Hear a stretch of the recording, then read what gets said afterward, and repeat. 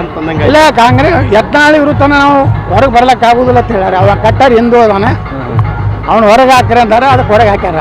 Sir ಇದೆಲ್ಲ discussion Shivaratri ದಿವಸ ಆಗ್ಯದ ಅಂತೀರ ಯಾವ್ದ್ರಿ ಈ ಬಿಜೆಪಿಗೆ ಮಹಾನಾಯಕ ಬರೋದು ಇದೆಲ್ಲ ಡಿಸ್ಕಷನ್ ಏನೇನು ಒಟ್ಟು ಒಂದು ನಾ ಏನು ದಿಲ್ಲಿಯಾಗಿದ್ದೆಲ್ಲ ಅದಕ್ಕಿಂತ ಹಿಂದಾಗಿದೆ ಶಿವರಾತ್ರಿ ಒಳಗೆ. ಆದ್ರೆ ಅದು ವಿಫಲ ಆಗಿದೆ. ಕೊಯಮತ್ತೂರಿನಲ್ಲಿ ಶಿವರಾತ್ರಿ ದಿನ ಭೇಟಿಯಾಗಿತ್ತು. ಇಲ್ಲ ಅದು ಏನು ಗೊತ್ತಿಲ್ಲ ನನಗೆ, ಆದ್ರೆ ಒಟ್ಟು ಚರ್ಚೆ ದಿಲ್ಲಿ ಒಳಗಿದೆ. ಆದರೆ ಯಾರೂ ಇಲ್ಲ ಅಂತ ಹೇಳಿ ಬಿಟ್ಬಿಟ್ಟಾರೆ ಕೈ ಪಾಪ.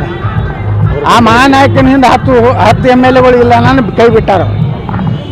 ಅದಕ್ಕೆ ಸಿದ್ದರಾಮಯ್ಯನವ್ರನ್ನ ಟಚ್ ಮಾಡೋದು ಅಷ್ಟು ಈಜಿ ಇಲ್ಲ. ಸಿದ್ದರಾಮಯ್ಯನವರಿಂದ ಎಲ್ಲರೂ ಅದಾರ. ಹೀಗಾಗಿ ಸಿದ್ದರಾಮಯ್ಯನ ಇಳಿಸ್ತೀನಿ ಅನ್ನೋಂಥದ್ದು ಕಾಂಗ್ರೆಸ್ಸಿನ ಕೊನೆಯ ಮಳಿ ಅಂದ್ರೆ ಸಿದ್ದರಾಮಯ್ಯ.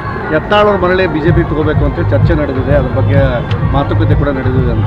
ಏನು ನಾ ಕೇಳಿಲ್ಲ, ಯಾರು ಸಂಪರ್ಕ ಮಾಡಿದ್ರು? ನಾವು ಒಟ್ಟೆ ಯಾರು ಸಂಪರ್ಕ ಹೋಗಿಲ್ಲ. ಬಿಜೆಪಿ ಯಾವ ನಾಯಕರ ಜೊತೆಗೂ ಸಂಪರ್ಕ ಹೋಗಿಲ್ಲ. ನಾ ಎಲ್ಲೂ ದೈನ್ಯ ನಾಯಕ ಕೈ ಮುಗಿದು ನಾನು ತಗೋರತ್ ಹೇಳಿಲ್ಲ. ಕಾಲ ಬರಲಿ, ನಾ ಇಡೀ ರಾಜ್ಯದಲ್ಲಿ ಹಿಂದೂ ಸಂಘಟನೆಯನ್ನು ಮಾಡ್ತೀನಿ. ಇವತ್ತೇನು ಹಿಂದೂ ಪರ ಸಂಘಟನೆ ಅದಾವ ರಾಜ್ಯದಾಗ, ಅವ್ರನ್ನೆಲ್ಲ ನಿನ್ನೆ ಹೋಗಿದ್ದೇವೆ. ಸುಮಾರು 7-8 ಸಾವಿರ ಜನ ಸೇರಿದ್ರು.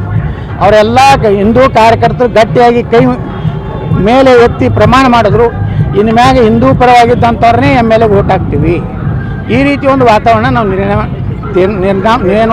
ನಿರ್ಮಾಣ ಮಾಡ್ತಾ ಇದ್ದೀವಿ.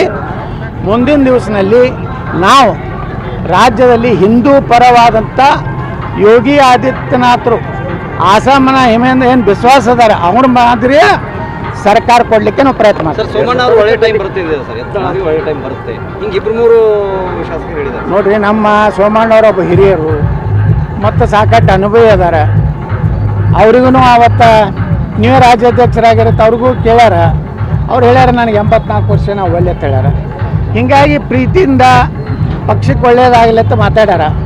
ಸೋಮಣ್ಣವ್ರು ಯಾವಾಗ ಗಟ್ಟಿಯಾಗಿ ಪಕ್ಷದ ಪರವಾಗಿ ಮಾತಾಡ್ತಿರ್ತಾರೆ. ಮತ್ತು ನಾನು ನಿನ್ನೆ ಅವ್ರಿಗೆ ವಿನಂತಿ ಮಾಡ್ಕೊಂಡಿದ್ದೀನಿ, ನಿನ್ನೆ ಫೋನ್ ಮಾಡಿದ್ದೆ. ಬಿಜಾಪುರಕ್ಕೊಂದು ವಂದೇ ಭಾರತ ಟ್ರೈನ್ ಕೊಡಬೇಕು, ನಮಗೆ ಸ್ಲೀಪಿಂಗ್ ಕೋಚು.